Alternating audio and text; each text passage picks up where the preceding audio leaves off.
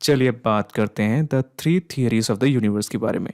Universe के ऊपर काफ़ी थियरीज हैं, ठीक है, कि कैसा स्टार्ट हुआ, कहाँ जाएगा, कब ख़त्म होगा, ठीक है।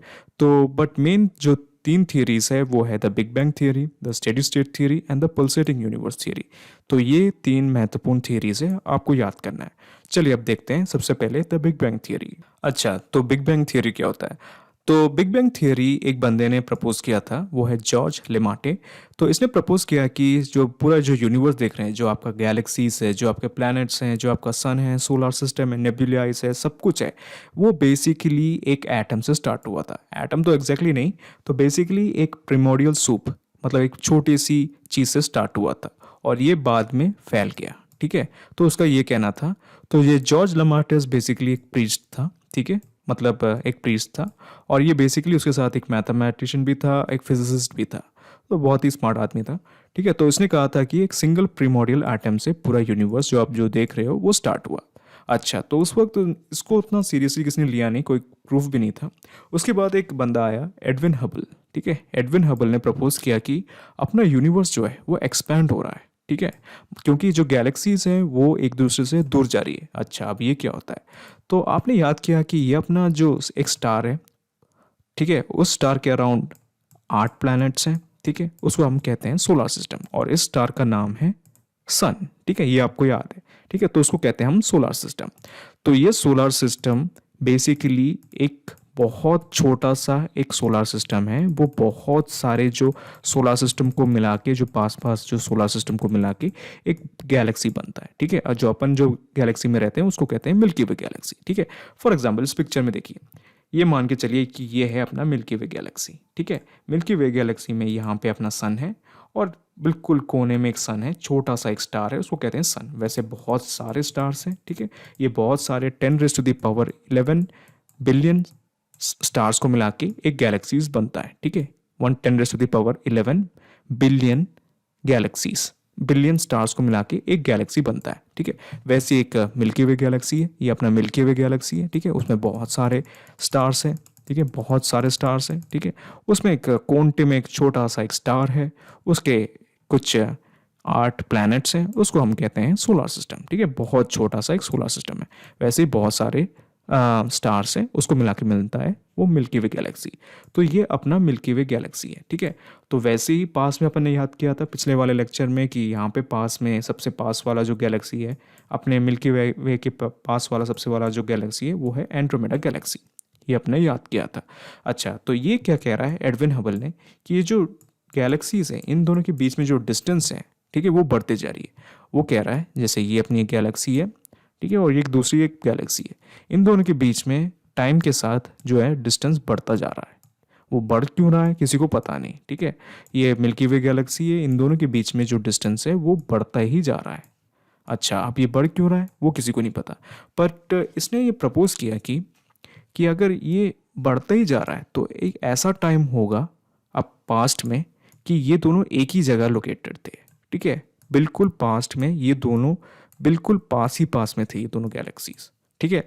तो इसने कहा हाँ यार, ये बंदा जो जॉर्ज है, जॉर्ज लमाटे जो कह रहा है वो बिल्कुल सही कह रहा है, ठीक है। क्योंकि अभी तो ये बिल्कुल दूर दूर होते जा रहे हैं, यानी कि एक टाइम ऐसा भी हो सकता है कि यहाँ बिल्कुल पास थे। इसको एक्चुअली समझना बहुत ईजी है। ये जैसे कि अपना बलून है, ठीक है, और ये पॉइंट्स को कहते हैं, ये अपना है मिल्की वे गैलेक्सी, और दूसरा पॉइंट है एंड्रोमेडा गैलेक्सी, ठीक है। आप इस बलून को फुला दो तो क्या होगा, ये जो इनके बीच में जो डिस्टेंस है, ठीक है, अब ये बढ़ गई, ठीक है। ये दो गैलेक्सीज के बीच में जो डिस्टेंस है वो बढ़ गई। वैसे ही बहुत सारी गैलेक्सीज हैं, और सब गैलेक्सीज के बीच में जो डिस्टेंस है वो बढ़ते ही जा रहा है, ठीक है। ये इस बंदे ने ऑब्जर्व किया, ठीक है। इसके वजह से इसको सम्मानित करने के लिए एक सैटेलाइट भी भेजा, हबल टेलीस्कोप, ठीक है। उसके बारे में हम बाद में देखेंगे। अच्छा, अच्छा, तो आप पूछोगे सर ये बढ़ता क्यों जा रहा है, इन दोनों की गैलेक्सीज के बीच में डिस्टेंस क्यों बढ़ता जा रहा है? तो एक हाइपोथेसिस है कि एक एनर्जी है, डार्क एनर्जी। अच्छा, अब डार्क एनर्जी ऐसा नहीं है कि वो ईवल है। डार्क एनर्जी का बेसिकली मतलब है कि वो देख नहीं सकते, और वो अभी थियरी है, इसीलिए उसको कहते हैं डार्क एनर्जी। वैसे एक होता है डार्क मैटर, ठीक है, क्योंकि अपन उसको देख नहीं सकते, ठीक है। ये सिर्फ अभी थियरी से, हाइपोथेसिस से, अभी तक उसके बारे में कुछ ज़्यादा पता नहीं चला है, बट कोशिश चल रहा है इसके बारे में, ठीक है। तो बेसिकली कह रहा है कि जो डार्क एनर्जी की वजह से है ये यूनिवर्स अपना फैलता जा रहा है, ठीक है। अच्छा, अब एक और चीज़ ध्यान में रखने लायक है। जैसे कि इमेजिन कर लो ये बलून है, इसके अंदर अपन ने 2 कैंडल्स रख दिए, ये कैंडल चल रहा है, ठीक है। वैसे जलना इम्पॉसिबल है क्योंकि ऑक्सीजन के बिना वो चल नहीं सकता, बलून में ऑक्सीजन वो ख़त्म कर देंगे और बंद हो जाएंगे, ठीक है। बट इमेजिन कर लो ये बलून है और इन दोनों कैंडल और इसके अंदर 2 कैंडल्स हैं। अच्छा, अब ये बलून का स्पेस बढ़ गया, ठीक है, तो ये कैंडल के बीच में डिस्टेंस भी बढ़ गया, ठीक है। तो अब क्या हो रहा है कि बलून का जो ओवरऑल टेम्परेचर है, ओवरऑल इन दोनों के बीच में जो टेम्परेचर है वो ख़त्म होता जा रहा है, मतलब कम होता जा रहा है। समझना बहुत ईजी है। जैसे कि आपका एक पेंसिल बॉक्स है, पेंसिल बॉक्स में आपने 2 कैंडल्स रख दिए, तो 2 कैंडल्स रख दिए तो जो पेंसिल बॉक्स का जो टेम्परेचर है वो कितना ज़्यादा रहेगा, ठीक है ना, बहुत ज़्यादा रहेगा। वैसे ही इमेजिन कर लो 2 कैंडल्स को आपने सिंपल एक रूम में रख दिया, तो वो उस रूम का टेम्परेचर उतना ज़्यादा नहीं रहेगा जितना ये पेंसिल बॉक्स का है, ठीक है। समझ में आ रहा है आपको? तो बेसिकली कहना चाहता है कि मतलब जो गैलेक्सीज के बीच में जो अभी जो डिस्टेंस जो बढ़ता जा रहा है, ठीक है, उसके वजह से जो ओवरऑल यूनिवर्स का जो टेम्परेचर वो कम होता जा रहा है, यूनिवर्स कोल्ड होता ही जा रहा है। तो बेसिकली अभी 1 बिलियन ईयर्स में इतना कोल्ड हो जाएगा कि मतलब समझ ही नहीं पाओगे। 1 बिलियन ईयर्स में तो अपन रहेंगे भी नहीं, उतना तो ह्यूमंस रहेंगे नहीं, पर जो भी स्पीशीज अगर रहेगी तो उनको रिलेटिवली कोल्ड ही लगेगा यूनिवर्स, क्योंकि यूनिवर्स कोल्ड होता जा रहा है, ठीक है। आगे बढ़ते हैं। अच्छा, तो बिग बैंग थियरी अज्यूम करता है कि जो पूरा स्पेस एंड टाइम था वो एक सिंगल पॉइंट में था। इसको इमेजिन करना बहुत सिंपल है। आप इमेजिन कर लो आप हो, ठीक है, आपके मम्मी पापा है, ठीक है, आपकी बहन है, फिर आपके जो फ्रेंड्स है, फिर आपका अर्थ है, फिर आपका सोलर सिस्टम है, फिर आपका जो स्टार्स है, फिर आपकी जो गैलेक्सीज है, फिर आपका जो मिल्की वे गैलेक्सी है, एंड्रोमेडा गैलेक्सी है। इन सबको आप एक कंडेंस कर दो, ठीक है, कॉन्सेंट्रेट कर दो और एक 5 रुपये के सिक्के में डाल दो, ठीक है। और ये 5 रुपये का सिक्का हुआ आपका जो प्राइमोडियल सूप है, ठीक है। तो इसके अंदर पूरा सब कुछ था, जो गैलेक्सीज है, सन है, स्टार्स है, ये सब इस पॉइंट के अंदर था, ये 5 रुपये के सिक्के के अंदर था। वो 5 रुपये का सिक्का एक्सप्लोड हुआ, तो उस इवेंट को कहते हैं बिग बैंग थियरी, ठीक है। ये 13.77 बिलियन ईयर्स को, ये है वो सिक्का, ये पॉइंट दिख रहा है ना, ठीक है। फिर एक्सप्लोजन हुआ, तो ये हुआ 13.77 बिलियन ईयर्स को। तो अपना यूनिवर्स 13.77 एज पहले स्टार्ट हुआ, तो अपने यूनिवर्स का एज है 13.77 बिलियन ईयर्स, ठीक है। बढ़िया, इतना तो समझ में आ रहा है। चलिए, अच्छा, तो उस वक्त ये जो पॉइंट था, ठीक है, जिससे एक्सप्लोजन हुआ, वो बहुत ज़्यादा हाई टेम्परेचर और वेरी हाई डेंसिटी का था। हाई टेम्परेचर मान लो 10 बिलियन सेल्सियस या फ़ारेनहीट ले लो, कोई फ़र्क ही नहीं पड़ता, ठीक है। यूनिट्स चेंज भी कर दो कोई फ़र्क नहीं पड़ता, इतना ज़्यादा टेम्परेचर था, इमेजिन ही नहीं कर सकते। और वेरी हाई डेंसिटी, डेंसिटी का कोई सा भी वैल्यू ले लो, बहुत ज़्यादा था, इनकम्पेरेबल वैल्यू था उस वक्त, ठीक है। अच्छा, तो यूनिवर्स में सबसे पहले जो एक्सपेंशन हुआ, उससे एक्सप्लोजन हुआ, उससे 1 तो मिली सेकेंड बाद 2 चीज़ें आई, एक है मैटर और दूसरा है एंटी मैटर। अच्छा, अब सर ये क्या होता है मैटर एंड एंटी मैटर? इसके लिए एक सेपरेट वीडियो बनाऊंगा, बट बेसिकली ये समझ लो, आपके पास सेब है, ठीक है, 10 ग्राम का, और आपके पास दूसरा सेब है 10 ग्राम का, ठीक है। बिल्कुल सेम दिखता है, एक दूसरे से बिल्कुल बिल्कुल मिरर इमेजेस हैं, ठीक है। बट इसकी जो चार्ज है वो है पॉजिटिव और इसका जो चार्ज है वो है नेगेटिव, ठीक है। अब इन दोनों को पास में लेके आओगे तो ये एक दूसरे को कैंसिल आउट कर देंगे और बहुत बड़ा एक्सप्लोजन होगा, ठीक है। आपने वो मूवी देखी होगी ना, Angels and Demons, Dan Brown की, तो उसमें जो एंड सीन में यही होता है, तो वो जो विलन है वो एंटी मैटर चुरा लेता है और वो एंटी मैटर एक्सपोज कर देता है। अभी इस दुनिया में एंटी मैटर बिल्कुल बिल्कुल मिलना मुश्किल है। जो CERN है, ठीक है, यूरोप में CERN है, बहुत बड़ी पार्टिकल एक्सीलरेटर चला रही है, तो उन लोगों ने एंटी मैटर बनाया है, ठीक है। तो वो एंटी मैटर इलेक्ट्रिक और मैग्नेटिक फील्ड्स के अंदर रखते हैं, ये इलेक्ट्रिक फील्ड्स है और मैग्नेटिक फील्ड्स के अंदर रखते हैं। अगर खुल गया, अगर ये मैग्नेटिक फील्ड्स खुल गए तो फिर एक्सप्लोजन होगा, क्योंकि बाहर से जो मैटर है वो इसके साथ रिएक्ट करेंगे और एक्सप्लोजन होगा, और एक दूसरे को कैंसिल कर देंगे और एक्सप्लोजन होगा, ठीक है। तो बेसिकली जब बिग बैंग हुआ, ठीक है, जब बिग बैंग हुआ तो मैटर बना, ठीक है, और एंटी मैटर बना, ठीक है। जैसे मान लो 10 मैटर बने और 10 एंटी मैटर बने, तो इन दोनों ने एक दूसरे को कैंसिल कर दिया। फिर 100 मैटर बने, फिर 100 एंटी मैटर बने, फिर एक दूसरे को कैंसिल कर दिया। फिर 1000 मैटर बने, ठीक है, फिर 1000 एंटी मैटर बने, फिर एक दूसरे को कैंसिल कर दिया। फिर एक टाइम आ गया 1 करोड़ मैटर बने, ठीक है, 1 करोड़ एक मैटर बने, ठीक है, 1 0 0 0 0 0 0 0 0 0 1 मैटर बना, और 1 0 0 0 0 0 0 0 एंटी मैटर बना। ठीक है, अब ये जो 0 0 वालों ने कैंसिल कर दिया एक दूसरे को, बट एक मैटर रह गया। ठीक है, एक मैटर बच गया और एंटी मैटर सब खत्म हो गए। ठीक है, बाकी सब जीरोस कैंसिल हो गए, बस एक मैटर बच गया। ठीक है, तो एक मैटर की वजह से ये सब कुछ जो देख रहे हो, जो गैलेक्सीज, स्टार्स, प्लैनेट्स, ये सब कुछ देख रहे हो, वो एक ही मैटर की वजह से बना है। ठीक है, तो आप पूछोगे ये सर ये एंटी मैटर क्यों नहीं दिख रहा है? या तो वो कैंसिल हो गए या तो फिर वो यूनिवर्स में कहीं छुपे बैठे हैं, अभी किसी को पता नहीं है। बट ये है कि एंटी मैटर सिर्फ अब लैब्स में बनाया जा सकता है। ठीक है, लैब्स में जैसे बड़े पार्टिकल एक्सेलरेटर लैब्स हैं, वहाँ पे एंटी मैटर्स बनाए जाते हैं। ठीक है, अब वो एंटी मैटर्स बिल्कुल मैग्नेटिक फील्ड्स के अंदर रखा जाता है, उसको खोल देंगे, मैग्नेटिक फील्ड्स को हटा देंगे तो एक्सप्लोजन होगा। ठीक है, तो बिल्कुल सेफ्टी में रखा जाता है। तो अच्छा, तो फिर क्या हुआ? अच्छा, तो धीरे धीरे जैसे आप देख रहे हो ना, यहाँ पे ये 13.7 बिलियन ईयर्स हुआ पहले हुआ। ठीक है, बिग बैंग यहाँ पे। ठीक है, ये हुआ बिग बैंग 13.7 बिलियन ईयर्स को। ये वो मैंने 5 रुपये का सिक्का बोला था ना, तो वो यहाँ पे है। ठीक है, अब यहाँ पे 700 मिलियन ईयर्स, ठीक है, 700 मिलियन ईयर्स में after the big bang galaxies बनने लग गई। ठीक है, फिर यहाँ कहीं जाके अपना मिल्की वे गैलेक्सी बना। अपना मिल्की वे गैलेक्सी उतना नया नहीं है। ठीक है, उतना पुराना नहीं है। ठीक है, बेसिकली बहुत काफ़ी यंग है भी। फिर अपना जो सन है वो बना, फिर अपना जो अर्थ है वो बना, फिर अपनी धीरे धीरे अपनी लाइफ आई। ठीक है, फिर अपन ने सबसे पहला फिर अपने जो हबल टेलीस्कोप है वो बाहर छोड़ा। ठीक है, तो फिर धीरे धीरे ये प्रोसेस हुआ। समझ में आ रहा है? तो ये पूरा इसको कहते हैं कॉस्मिक एपोक। वो सब पे ध्यान मत दो। अच्छा, अब तो बिग बैंग थियरी आपने पहले भी सुना होगा। अच्छा, तो बिग बैंग थियरी को ही सबसे predominant theory of the universe क्यों कहते हैं? क्योंकि 3 मेजर एविडेंसेस इसको सपोर्ट करती हैं। एक तो है red shift of the galaxies, फिर दूसरा है मिक्सचर ऑफ एलिमेंट्स, एंड तीसरा है कॉस्मिक बैकग्राउंड रेडिएशन। तो मैं एक्सप्लेन करवाता हूँ, आप टेंशन में मत आना। ठीक है, चलिए। अच्छा, अब पूछोगे कि red shift of the galaxies क्या होता है? तो basically red shift of the Galaxy को समझना बहुत इजी है। ये इमेजिन करो, ये अपना कैप्टन अमेरिका है और ये अपना टोनी स्टार्क है, अपना आयरन मैन। ठीक है, तो कैप्टन अमेरिका और आयरन मैन एक स्टेशन में खड़े हैं और यहाँ से ट्रेन निकल के जा रही है कैप्टन अमेरिका के पास। तो इन दोनों को जो साउंड है वो काफ़ी डिफरेंस सुनाई देगा। इन जो आयरन मैन है उसको लो फ्रीक्वेंसी में साउंड सुनाई देगा और इसको हाई फ्रीक्वेंसी में साउंड सुनाई देगा। ठीक है, इन दोनों के बीच में ये डिफरेंस रहेगा। अच्छा, अब ये क्यों होता है? जैसे ये जो ट्रेन है, ठीक है, यहाँ पे देखिए, ये जो ट्रेन ने भोपू बजाई, अपना साउंड हॉर्न बजाया, तो जैसे ही ये इस तरफ जाएगा तो वो साउंड वेव्स को कंप्रेस कर देगा। ठीक है, साउंड वेव्स को कंप्रेस कर देगा और यहाँ पे जो पीछे वाला जो पार्ट है वो एक्सपैंड हो जाएगा। ठीक है, स्ट्रेच आउट हो जाएगा। समझ में आ रहा है? जो आगे वाला पार्ट है वो कंप्रेस हो जाएगा, बिल्कुल कंप्रेस हो जाएगा।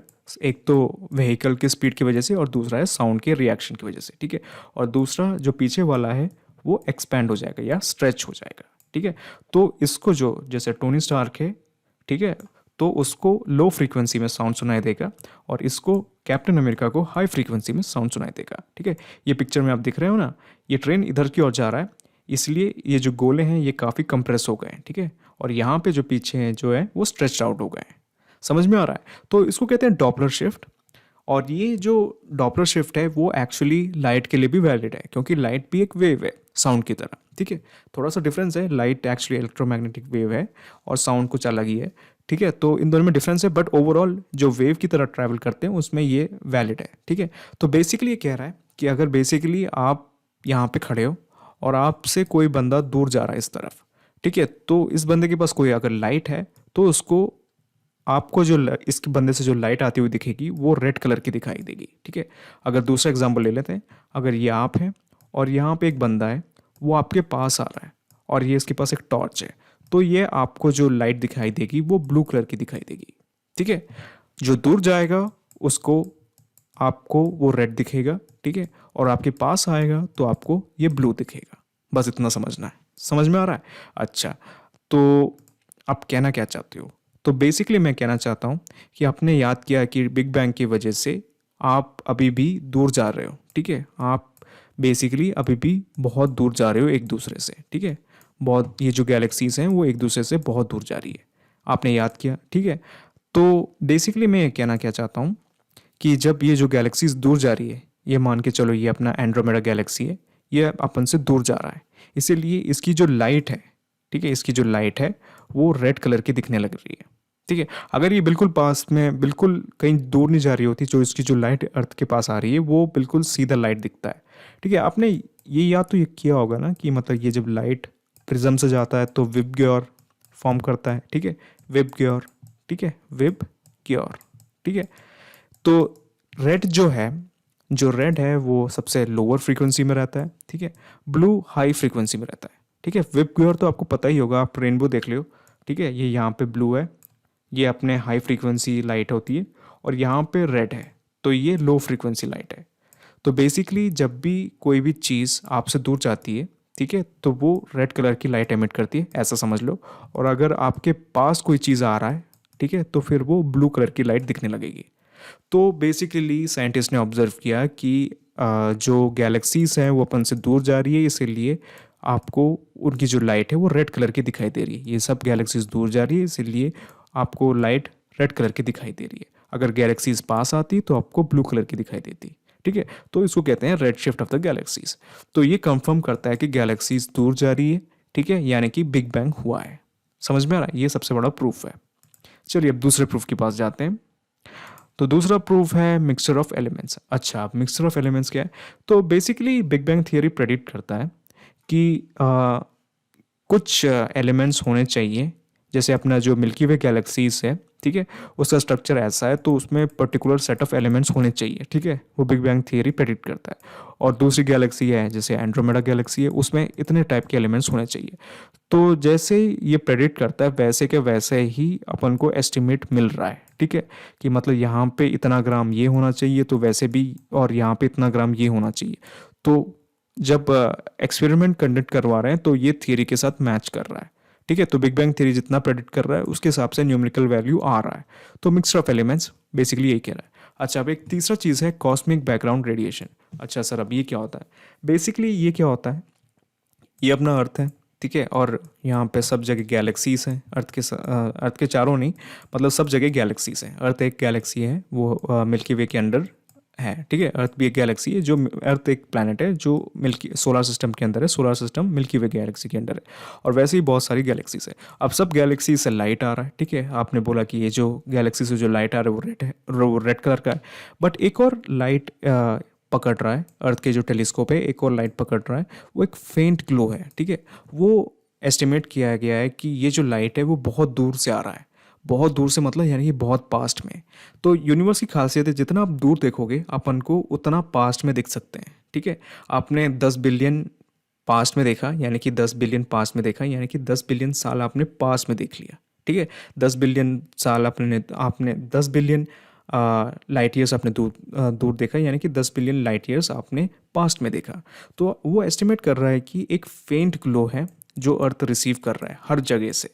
तो ये कहना क्या चाह रहा है कि मतलब हर जगह ये ग्लो है, यानी कि इनिशियल जब स्टार्ट में यूनिवर्स जब बना था तो ये ग्लो उस टाइम का है। ठीक है, अब वो अर्थ में दिख रहा है, तो ये ग्लो हर जगह से दिख रहा है, यानी कि यूनिवर्स का एक फिक्स्ड स्टार्ट हुआ था, और ये फिक्स स्टार्ट में ये ग्लो तब स्टार्ट हुआ था, ये ग्लो पैदा हुआ था, उसके साथ अब ये दिख रहा है, यानी कि बिग बैंग हुआ था। ठीक है, चलिए ये 3 थियरीज है। वो है सबसे पहला red shift of the Galaxy, दूसरा है मिक्सचर ऑफ एलिमेंट, और तीसरा है कॉस्मिक बैकग्राउंड रेडिएशन। ठीक है, चलिए आगे बढ़ते हैं। चलिए अब दूसरा थियरी है स्टेडी स्टेट थियरी। अपना बिग बैंग थियरी खत्म हो गया, अब दूसरा थियरी है स्टेडी स्टेट थियरी।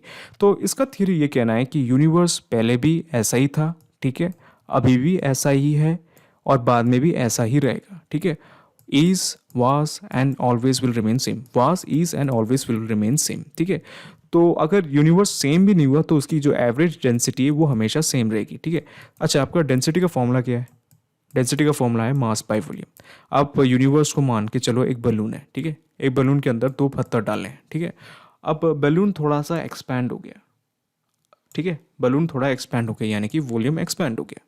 ठीक है, अब बलून को सेम जो डेंसिटी है उसको सेम रखने के लिए पहले तो 2 पत्थर थे, तो अचानक एक पत्थर और आ जाएगा तो 3 पत्थर हो जाएंगे, क्योंकि इसका जो वॉल्यूम है वो बढ़ गया है। ठीक है, वॉल्यूम बढ़ने की वजह से ये जो पत्थर है वो बढ़ गए। अच्छा, अब थोड़ा और वॉल्यूम बढ़ गया इसका, ठीक है, थोड़ा और बड़ा हो गया, तो अंदर ही अंदर 4 पत्थर और हो गए।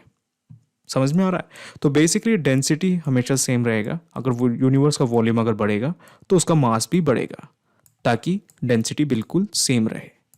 तो और इस थियरी का एक और कहना है कि यूनिवर्स का कोई बिगिनिंग नहीं था, यूनिवर्स पहले भी ऐसा ही था, अभी भी ऐसा ही है और वैसे ही रहेगा, और कोई एंड भी होगा नहीं, ठीक है, ये हमेशा का हमेशा ऐसे ही रहेगा।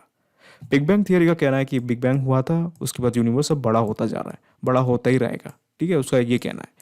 अच्छा, अब एक और थियरी है पल्सेटिंग यूनिवर्स थियरी। अच्छा, स्टेडी स्टेट थियरी में ये इन बंदों ने कुछ थियरीज डेवलप की हैं, थॉमस गोल्ड, फ्रेड होयल और हरमन बॉन्डी। उसमें थॉमस गोल्ड का नाम याद रखना है, ये हरमन बॉन्डी और फ्रेड होयल उतना ज़्यादा इंपॉर्टेंट नहीं है, ठीक है, थॉमस गोल्ड का नाम याद रखना है। चलिए, अच्छा, स्टेडी स्टेट थियरी का उतने ज़्यादा कोई एविडेंस ज़्यादा है नहीं। जब से कॉस्मिक बैकग्राउंड रेडिएशन अपन ने जो डिस्कवर किया, साइंटिस्ट ने डिस्कवर किया, तब से ये जो स्टेडी स्टेट थियरी है वो काफ़ी पीछे हो गई। मतलब लोगों ने कहा ये तो बेकार थियरी है, ऐसा कुछ नहीं है, बिग बैंग थियरी ही सही है, ठीक है। अच्छा, अब तीसरी थियरी के ऊपर चलते हैं, वो है पल्सेटिंग यूनिवर्स थियरी। अच्छा, पल्सेटिंग यूनिवर्स थियरी क्या होता है? पल्सेटिंग यूनिवर्स थियरी का मतलब ये होता है कि बेसिकली बिग बैंग हुआ, ठीक है, वो तो मानता है कि बिग बैंग हुआ, ठीक है, फिर एक्सपेंशन हुआ, यूनिवर्स बढ़ने लग गई, गैलेक्सीज और दूर होने लग गई, फिर एक लिमिट आएगा कि जब यूनिवर्स बिल्कुल ऐसा स्टेज पे आ जाएगा कि और एक्सपेंड होना मुश्किल नहीं है। इमेजिन कर सकते हो जैसे अपना बलून है, आपने उसको फुलाया और फुलाया और फुलाया और फुलाया, फिर आपको फिर समझ में आ गया कि यार और फुलाएंगे तो ये फट जाएगा, ठीक है, तो आपने ऐसे का ऐसे छोड़ दिया, आपने उस पर रस्सी बांध दी और छोड़ दिया, फिर आपने रस्सी बांध के ऐसे छोड़ दिया, फिर आपने देखा कि 2-3 दिन बाद ये कॉन्ट्रैक्ट हो रहा है, फिर और कॉन्ट्रैक्ट हो रहा है और कॉन्ट्रैक्ट हो रहा है और कॉन्ट्रैक्ट हो रहा है, फिर बिल्कुल उसकी जो हवा है वो निकल गई, फॉर सम रीज़न हवा निकल गई। तो basically big bang pulsating universe theory ये कह रहा है, तो बिग बैंग हुआ, ठीक है, एक्सपेंशन भी हुआ, एक लिमिट आ गया एक्सपेंशन का, ठीक है, फुल साइज हो गया यूनिवर्स, उसके बाद ग्रेविटी की वजह से ये छोटा होता जा रहा है, अब छोटा होता जाएगा। अब ये होगा कब, ये किसी को पता नहीं अभी भी, क्योंकि अभी भी एक्सपेंशन फेज चल रहा है इसके हिसाब से, फिर धीरे धीरे कॉन्ट्रैक्शन होगा, फिर एक लिमिट आ जाएगा, उसको कहते हैं बिग क्रंच। मतलब बेसिकली प्रीमोडियल, जो अपन ने जो 5 रुपये का सिक्का बोला है, उस लेवल पे आ जाएगा ये, ठीक है। उस लेवल पे आने के बाद ये इसमें हाई टेम्परेचर, हाई डेंसिटी, ठीक है, बहुत ज़्यादा हाई टेम्परेचर, हाई प्रेशर वगैरह जो सीन है वो आ जाएगा, एंड फिर एक्सपेंशन हो जाएगा बिग बैंग की वजह से, ठीक है, फिर एक्सप्लोजन होगा, फिर एक्सपेंशन होगा, कॉन्ट्रैक्शन होगा, फिर एक्सप्लोजन होगा, फिर एक्सपेंशन होगा, फिर कॉन्ट्रैक्शन होगा, फिर एक्सपेंशन होगा, फिर कॉन्ट्रैक्शन होगा। तो ये बेसिकली एक ऑन एंड मतलब एक साइक्लिक प्रोसेस है, होता ही रहेगा, ठीक है, होता ही रहेगा, एक्सपेंशन होगा, फिर कॉन्ट्रैक्शन होगा, एक्सपेंशन होगा, कॉन्ट्रैक्शन होगा, एक्सपेंशन होगा, कॉन्ट्रैक्शन होगा। तो ये जो लास्ट में जो सिक्का बचेगा उसको कहते हैं, उस प्रोसेस को कहते हैं बिग क्रंच, और एक्सपेंशन जब होगा उसको कहते हैं बिग बैंग, ठीक है। और ये थियरी को डेवलप किया है आर्थर एडिक्टन ने। चलिए, बस ये 3 थियरीज थी, बिग बैंग थियरी, ठीक है, स्टेडी स्टेट थियरी और है pulsating universe theory. Big bang theory में 3 एविडेंसेस थी, ठीक है, एक तो है रेड शिफ्ट, दूसरा है मिक्सचर ऑफ एलिमेंट और तीसरा है कॉस्मिक बैकग्राउंड रेडिएशन। चलिए, और स्टेडी स्टेट थियरी ज़्यादा चल नहीं पाए क्योंकि बिग बैंग थियरी के पास में ज़्यादा एविडेंस है। फिर है पल्सेटिंग यूनिवर्स थियरी, ये बोलता है कि एक्सपेंशन होगा, फिर उसके बाद कॉन्ट्रैक्शन होगा, फिर बिग क्रंच होगा, फिर बिग बैंग होगा, तो ये प्रोसेस चलता ही रहेगा, ठीक है। चलिए, ख़त्म करते हैं।